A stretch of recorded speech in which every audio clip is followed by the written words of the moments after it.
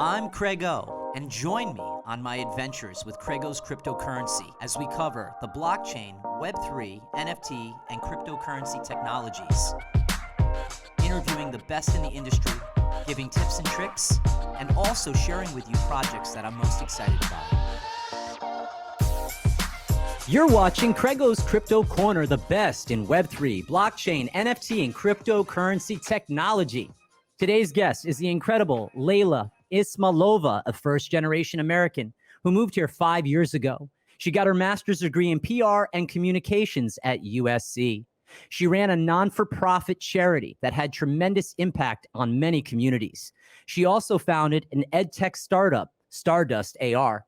Her passion for fashion led her on a journey to create and build the now powerful Artisan.io. Her company has collaborated with the likes of Converse, GQ, Gucci, Decentraland, Puma, Universal, North Face, Rarible, InStyle, and more. Her experience in TV, from live concerts, award shows, all the way to an in-morning program based in Belarus. She also had a lot of contract with the European Broadcasting Union and was a spokesperson for Univision. We will go in depth on the pollution that is caused and created by the fashion industry and how NFTs and digital fashion help in reducing the impact on wasted goods and materials. We will also talk about the liberation that digital fashion brings to the world and the benefits for those who have faced and continue to face difficult times in the world. We will go in depth on Digital Mary. She is a prime example of strength and courage while facing a life of the unknown in the Ukraine. Digital Mary is an important part of Artisan.io family, and we are going to discuss in details some of the most amazing projects to date, including Pixel Lord, a Ready Me player, and that will be featured at NFT NYC. And let me get that right. It's Pixel Lord, a Ready Player Me. Welcome, yes. Leila. How are you? Hi, thanks so much for having me, and thanks for this introduction. I'm literally blushing right now. Yeah, it's very kind of you. Thank you. Well, I mean, you've put a lot of work. I mean, how many years have you been in the space of designing wearables, right? Not just wearables for the metaverse, as we say, but in the real world, our current world of physical fashion? Well, I would say I've always been into fashion since I was a little girl. And when I was little, I was watching red carpets events like, Cannes, the film festival, Oscars. And I would always think, oh my God, I want to have these dresses. And then I was like, how can I get these dresses? And I realized if I become a TV host, I will be able to dress nicely in these gowns. So this is how I got into TV, actually, my first career. I just wanted dresses. And when I got into this work, my former colleagues will confirm, I would always be like, I need a designer for every project. And I would pay extra attention to fittings and creating the right dresses. I really enjoyed this part of work. Yeah, so I would say fashion since I was 15, I started working on TV. It was something that I really appreciated and paid a little bit of extra attention to it. And yes, on personal level, I would notice when I get sad or I like confidence, I would wear gray or black. And when I feel happy and beautiful, I would switch to other colors. So this is how I knew that fashion was important. And then, yes, you mentioned nonprofit. I started working with orphans in Belarus and then just refocused on orphan girls. And I realized that one of the things that they lack women's love and this feminine confidence. They step into the world knowing that they were deprived of their parents' love, and this feeling of lack will continue. So I thought that I will give them, my gift to them could be this confidence boost. And I did it through dresses again. I started collaborating with designers.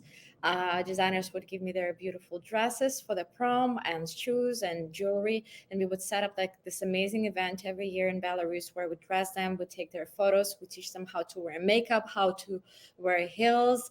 And then we throw this amazing party for them. And it also ended up with how to call it, oh, mentoring program for them, where like older women, more successful women, also guide them for the first year of their independent life out of the orphanage. And I would say that like the look on their faces when they put on their first beautiful dress was something special. Yep. So I guess all of it just like led me to realization that clothes have always been something very important, and we all wear them even when we don't care about the style and fashion. We still spend money on clothes inevitably, and we use them. It's maybe one of a few items that we have to use every day, binded by social contract, because like if you're not in San Francisco or at Burning Man, you have to wear clothes, or at Nudist Beach, right? Like you have to wear clothes every day. So that's very big part of our lives. And since I got in tech, I also started like playing with the idea of digital fashion, which is very new. Um, and I was like, is it even going to work? So for a couple of years, I was just advising a company and playing with the idea of digital fashion until the last year, where I realized that metaverse is a real thing. And most likely, since it's already like $1 trillion industry, it's not going to just like disappear.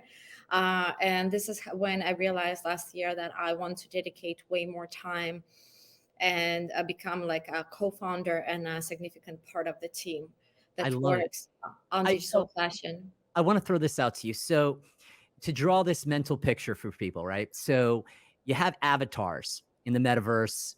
People will identify with their digital person, right? So it could Yeah. be a picture of their favorite digital asset NFT, and so that avatar could need a wearable or a skin in the metaverse.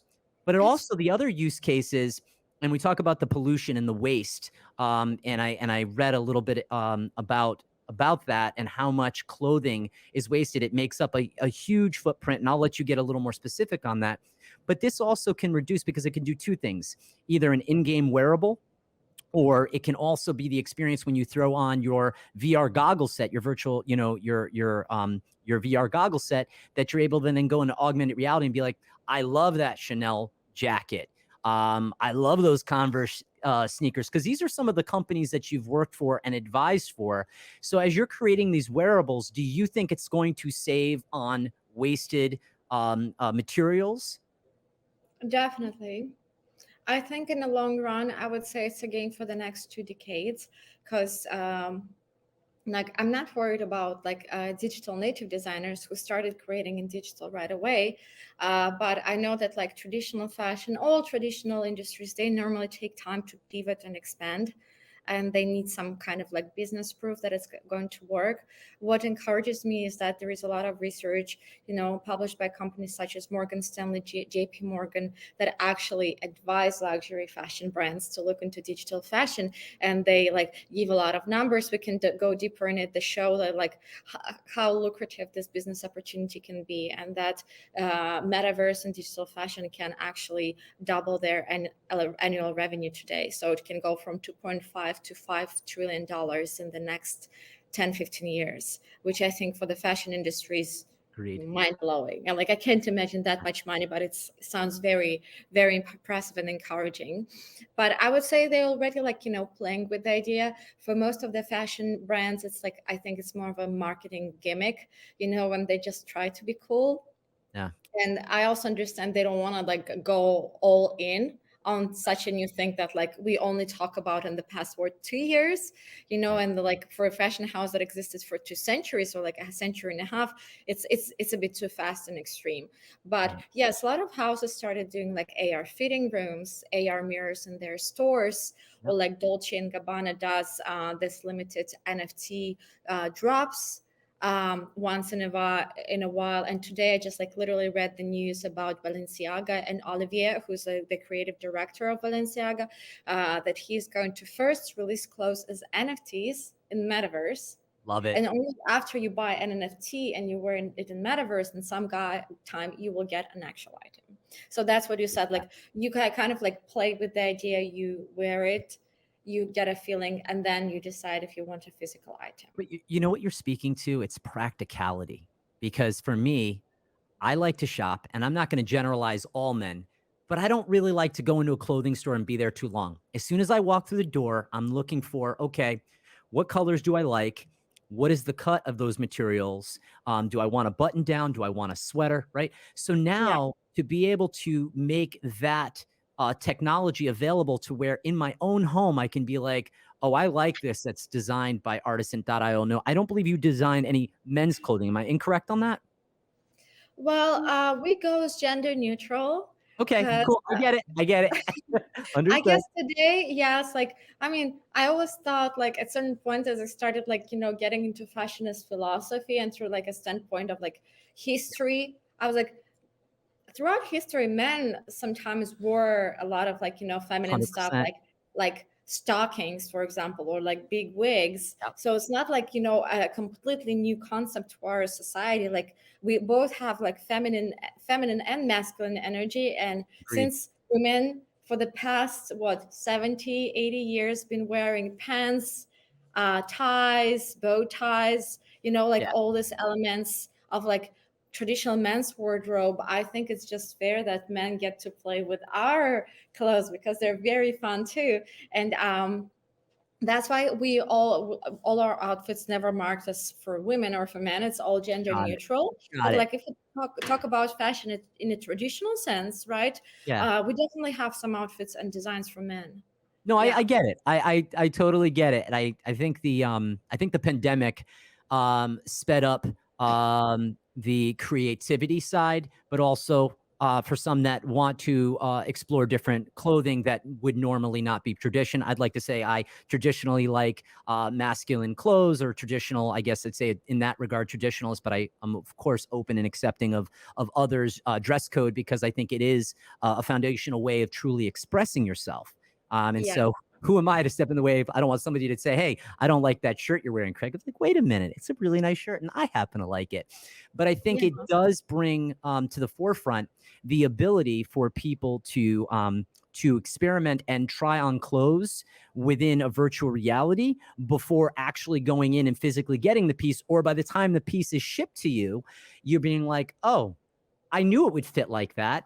I knew when I tried it on that I knew how it would look. And I think you make a bigger point is that they have mirrors that can then put that clothing on you. So I think that the technology part is really powerful. Let's talk a little bit about artisan.io. Now, I want to tell you before you tell me anything, our audience, anything about it. I went onto your website. The level of detail and fashion that is on there is mind blowing. And of course, we'll roll into Digital Mary. But tell me a little bit when you think about artisan.io, your passion and how you've created this. Tell me the first thing that comes to mind when you think about your website. What are the first words to come out of your mouth on this? Fun. Love it.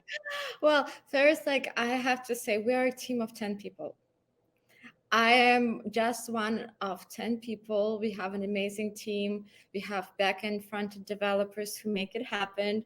We have amazing designer who actually designed this website. And like, believe me, it's just the beginning. We keep changing things, keep adding things. We're in a very active process of forming and shaping our brand right now. So uh, continue checking it out. Every week you will see I something will. new and interesting. It's very kind of you. But yes, I really want to accentuate that it's a team of 10 people. I don't like I think we're very like good on the size right now, and like we were so lucky to bring really talented people on the team. So this is like an achievement, a collective achievement of very very talented people, and first and foremost our CEO, Regina, who's like a digital native. She's the one who actually like taught me how to use Twitter and stuff like that, because like I'm like this generation who was lagging a little bit behind, and I had to improve myself a little bit in terms of like tools that I use right now in crypto communities, such as Discord and Twitter threads and Twitter Spaces. It was like, oh my god, it's Yeah, all it's new. it's hard, and I think that was the thing is that I literally put 30 minutes every day to go onto Twitter and Discord and to balance out my time. And I always naturally gravitate to Twitter because Discord is extremely busy. And to hear from you that of course it is a team of 10 people, and I'm glad you said that. And that the first word that comes to your mind is fun. I want to talk how many digital assets are available to purchase on your platform? Oh my God. Yeah, I would say it's over 100. The number varies because almost every day we have designers minting. Love it. I would say we have over 55 designers who already minted.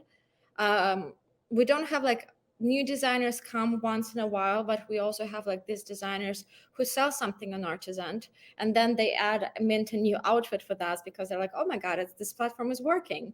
Um, so I would say it's over 100 always. Sometimes it's 100, sometimes it's 120, 160. We sell a lot of items. A Got it. designer So, can mint like 10 copies of an item, for example, and they can sell out really fast. But it's got in the hundreds for sure, always. got it. And so they can connect the wallet. Now, you guys, what blockchain are you guys on? We are on Ethereum. I know it raises a lot of questions because, like, our whole spiel is about like being sustainable and helping the environment and making people are more conscious consumers of goods, and yet we use Ethereum that consumes a lot of energy. um, First, we are believers in the like this whole blockchain, and we really support Vitalik Buterin and also Gavin Wood, another founder of Ethereum. He's a genius in my opinion, and what he's done and accomplished proves that like he has a bigger vision for this world. So I guess we're just like a little bit patient and expecting this Yeah. Ethereum 2.0. 2.0 That August. exactly. So we're just like as many people, we just like believe that things will get better with Ethereum. But I will not say that we're not doing research and considering other ways of like selling artisan and building on other Yep. chain. We are actually exploring several other options. And you mentioned wallet. We all only accept crypto for close right now, but we're actually one of the next features that we're going to integrate into our website is MoonPay that will allow also pay with fiat money.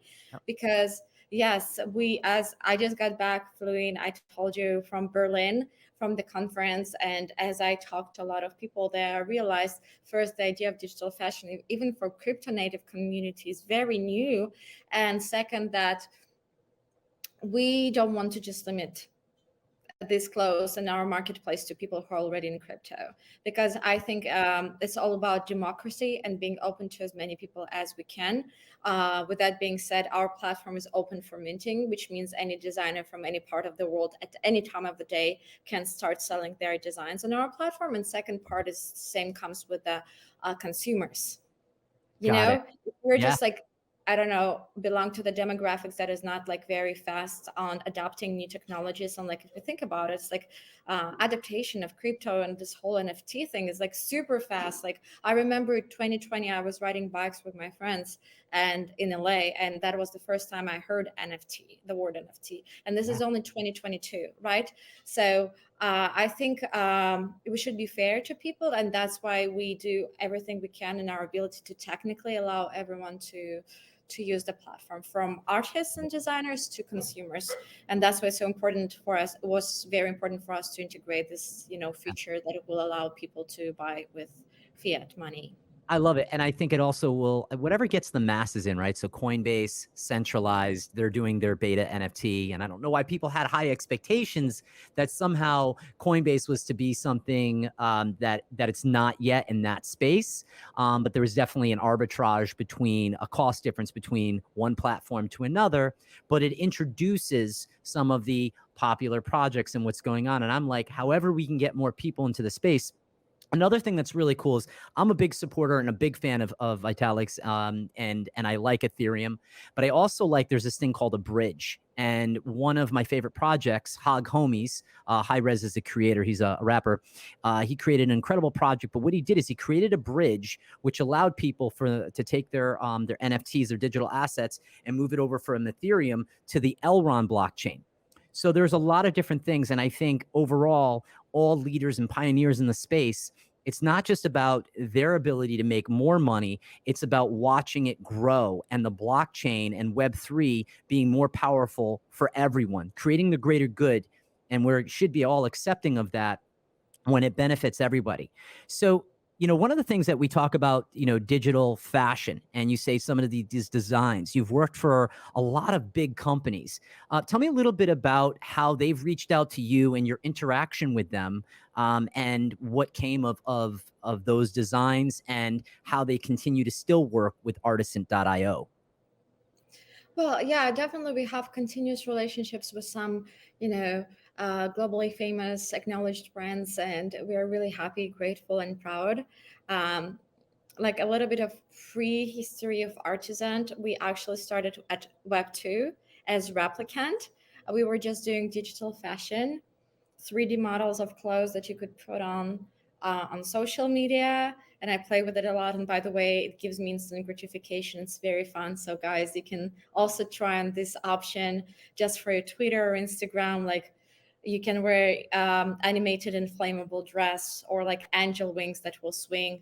It's really cool and fun. So we started with that. And like when we started, like magazines like GQ started reaching out and be like, let's try something. Or like Vogue Singapore is like one. I think it's the most innovative work of Vogue today. With all due respect to Anna Wintour and American Vogue, I think that like the fact that Vogue Singapore created their September issue last year, 2021, and this is like the biggest issue for Vogue traditionally, with two NFT covers in Wow. digital fashion that represented the sun and the moon, which is also very like, I think deep philosophical and aesthetically beautiful, and sold them for a very decent amount, and just like, said this like new planted a new seed into traditional fashion, saying like, hey guys, pay attention into NFTs, pay to NFT space, and look how awesome this digital outfits can look.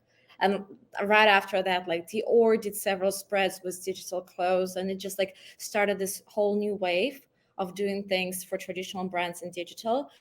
So yeah, it all started in Web through two and traditional fashion, and I guess brands were just like, it looks cool, it's beautiful, what can we do with it? And we said like, hey, we can dress the cover, we can do like, the whole magazine with it, or we can create a Telegram bot and we can instantly dress people in your outfits when you launch your new collection. We also did like a charity drop when we dressed people in like really cool designer clothes, and like they would buy them and all money would go to charities. So there were so many applications, and I think like the marketing departments of all these brands just saw an amazing opportunity And to they, promote their brands in a cool way, because man, clearly like today, the first 70% of first interactions with any luxury brand happens online I on love it. average. So like if you talk about younger generations, it's 100% for sure, and they understand they have to be online and they need to do something cool online. So I guess this is where it started. And yes, right now we have friendships with several brands. I would say the most like the strongest bond that we have, that like we are, like constantly talk about it and do something with them, is Puma. It all started like, I think, a year and a half ago, and like the most recent project was, we did an upcycled wedding collection with Puma for Decentraland Fashion Week. I believe we're going to present some of the designs with Puma in at Miami Fashion Week, which is the first week of June. And we are also doing, I believe, the first conference for women in crypto with Puma. And we are focusing on creator side, on artist side. And we want to encourage women to create more, because in the past 24 months, only 5% of NFT sales belong to female artists. So yes, we want to swing this ratio a little bit and just like, create nice panels, invite really talented female designers, and to show that it's all possible. Yeah, I mean, it's one of the reasons why I have a really strong number of women on my podcast, because intentionally I want more women into this space. At the very beginning, my wife Rachel would say, well, why are you, what is this, this is, what are these pictures, what does this mean, what does this represent? And I'm like, this is communities, this is blockchain, this is technology that is emerging, and ownership, and this is what a private key means, this is what a seed phrase is. So I start to talk about it and I see it, and the barrier for entry, or to understand the process of purchasing an NFT or connecting your wallet, I might ask you in a sec, what are some really good resources that you find for your education? But I do want to dive in really quick to Digital Mary, because I think it's really important with all that we have going on in this world that people know who Digital Mary is and what she means and represents to artisan.io. Thank you. Yeah, it's a great question. You just mentioned, like, how we need to give more opportunity to consumers to, buy clothes, including digital, and give them tools and information. But same applies to designers and creators. If you think about it, like, we are privileged to live in the States where, we have more or less freedom of speech and we can talk about stuff and we can try things. But in some parts of the world, it's really hard, whether for religious reasons, we talk about really like conservative societies, or for like, you know, for the reason of war. The things that are happening in Ukraine right now put a lot of creative projects on hold. And some people, men had to go to war and women had to start doing some other jobs that like are more practical for their reality. So Digital Mary is a designer from Ukraine, and I would say she's my friend. I've been following her. I've been talking to her for, yeah, I would say 2 years, because she creates really beautiful designs. We did projects together.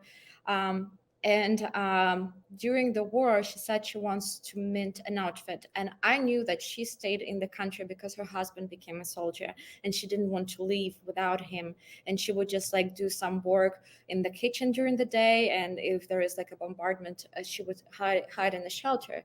So I was like, when did you create it? Is it something from the past? She was, no, I just created. I was like, when? She was like, in the shelter during the bombardment, like when Russia was shelling my city, I was creating. And she said that for her it was like the tool to escape the reality. And the outfit that she created, I hope you can post a photo. I will share the We image will. with you and the video. Amazing, yes, because it's like it's a crazy party girl. Like the outfit's like it's very outgoing. It has some cotton candy in her hands. It's like very like bright and disco style, neon pink colors. So you would never think that someone had created it while like the bombs were exploding about their heads. But this is true, and she said like for her this is an emotional outlet. And she said um, the fact that it can be minted and showcased to the world and people could buy it, it means so much emotionally, psychologically, that she's not like an outcast, or she's not separated from the rest of the world, because this is how Ukrainians sometimes feel, especially the ones who are stuck in the active war zones. So I know that emotionally it meant a lot for her. And I believe we have some other stories like that when designers wouldn't be able to create otherwise, because they come from small towns or villages, or like from conservative Muslim societies where things like that, like Yeah. fashion, are not encouraged and not supported by the government. Yeah, no, I love that. I love what you just said. And, most importantly, she and everyone in the Ukraine will hopefully arise from this stronger and better. And she's very fortunate to have you as you are to have her. And I'm really grateful that you shared that. I think when we look at these, luxury brands, and I think about the word utility often comes to mind, and you've got all of these designers continuously minting things for consumers to come in and purchase into their communities. Because when I think about digital assets, NFTs, when I think about them, I think that you're investing in a few different things. One is that you're investing in a brand. Two is that you're investing in the community within the brand. And three, you're Yeah. investing that there is a financial upside to it. And then four, if you have that digital NFT, you're then able to get the physical part. So I want to talk a little bit about utility with you, right? So have you had any of your designers put something on there and said, well, when you mint this piece, when you get this piece as a consumer, you put your MetaMask wallet, you've connected it safely to our website, and please, it's not financial advice. I always say that. But when you mint something and you're on there, do you have any of the designers that have said, "Well, we've created this physical piece, or this will be tied in the future because these are some of the not promises, but things that we're looking to do when you get into this project"? And if so, can you elaborate a little bit on that for us? Definitely, yeah. It's called Phygital. When you create a digital piece, but then it also comes with like a physical item that you will get when you buy an NFT. Um, we personally haven't explored it yet. We definitely had conversations with brands about it, traditional brands, but we didn't get to this part of doing it because this year so far we've been mostly focusing on doing like digital drops with crypto native artists. But definitely, I think this is the future of fashion, and this is like where we are all growing into.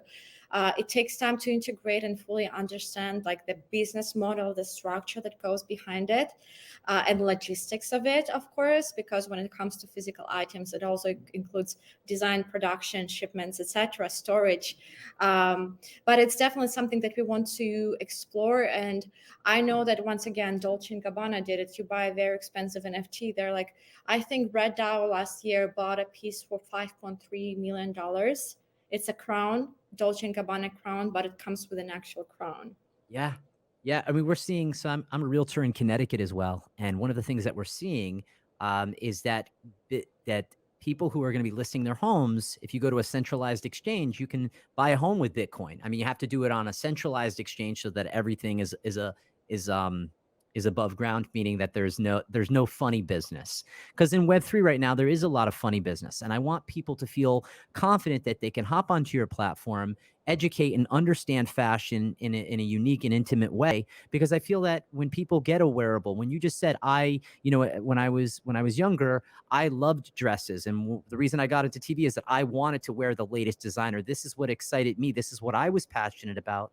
And then I feel like the connection between Web 2 and Web 3 is that it's the utility. I feel like that's the lock right there, right? Is that, if I purchase something in Web3, well, I get something in Web2. I get the physical wearable. And I feel like to me that has value, or that's important. And so some of the projects that I like to get into as a consumer as well is I like to get into something that actually has something that I can wear, or something that is a collectible. So there are many different Definitely. projects out there. So I'm really excited to see as you guys develop and emerge even further into the space, and more success to these projects. What do you see for Artisan.io and you over the next 5 years? Because I like to look 5 to 10 years out. So 5 years from now, where is Leila? Where is Artisan.io?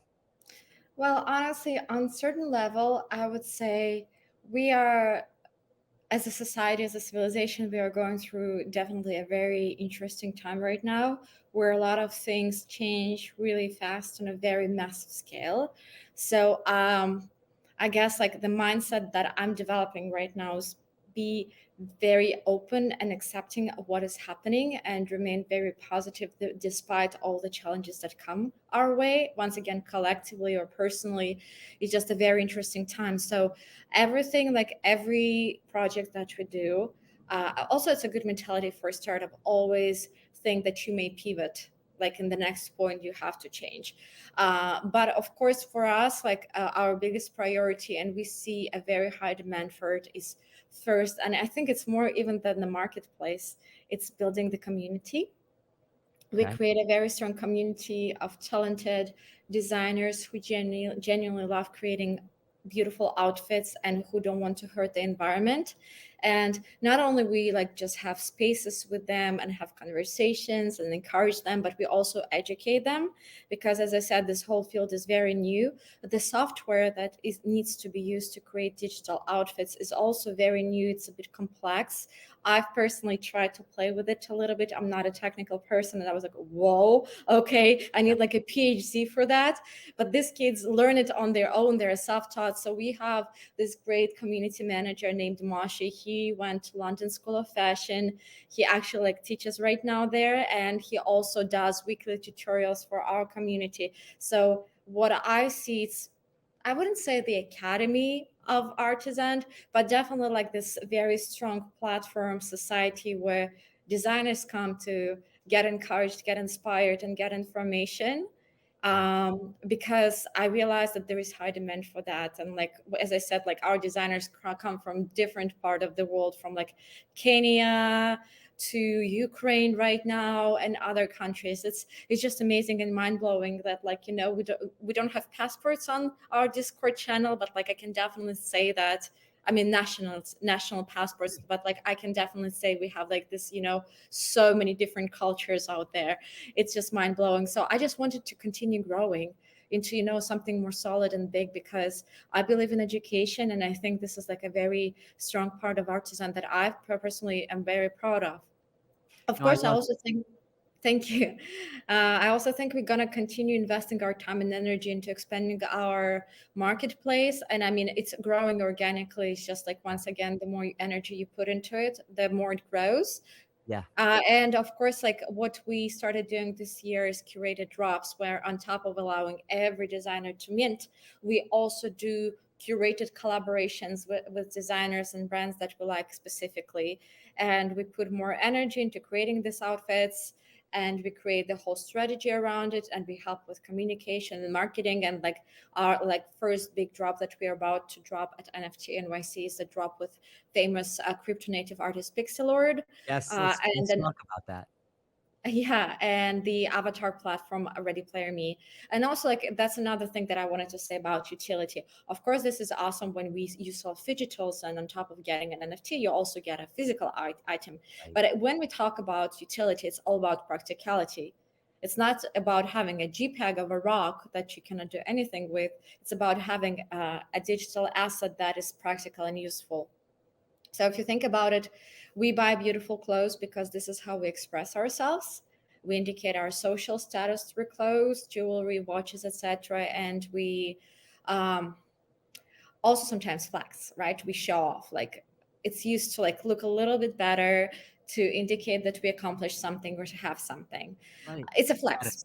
Status. Status. Yeah, Yeah. status. Yes, it's a status, and this is the honest truth. So today, and this is like the most recent information that I got from research, global average is 2 hours 22 minutes that we spend online talking to each other, and Wow. 6.5 hours that we spend online, global average. So it means Yes. from like our grandmas to kids. And I would say like the younger demographic probably spends more and makes up like the biggest part of this ratio. And we spend almost 65 minutes a day communicating physically on average globally.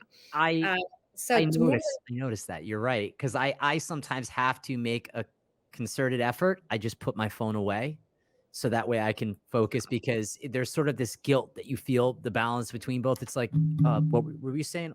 Hi, and it's yeah, one we of have those things this that like you want to be desire to connected. check it. Yeah, it's I definitely, yeah. Go ahead. For me, it's a bit of an issue. I think that, we like as part of someone who builds this like new Web3 community. I want to integrate elements that will encourage people to just like put a phone aside and look in each other's eyes, hold each other's hands, and like, boost and develop this human connection. But the reality is that today we spend 2 hours 22 minutes a day talking online versus 65 minutes a day communicating offline. And I think it's going to be the integration of both, where it's going to be the VR. It's going to be the VR goggles or glasses, right? When they're thin enough.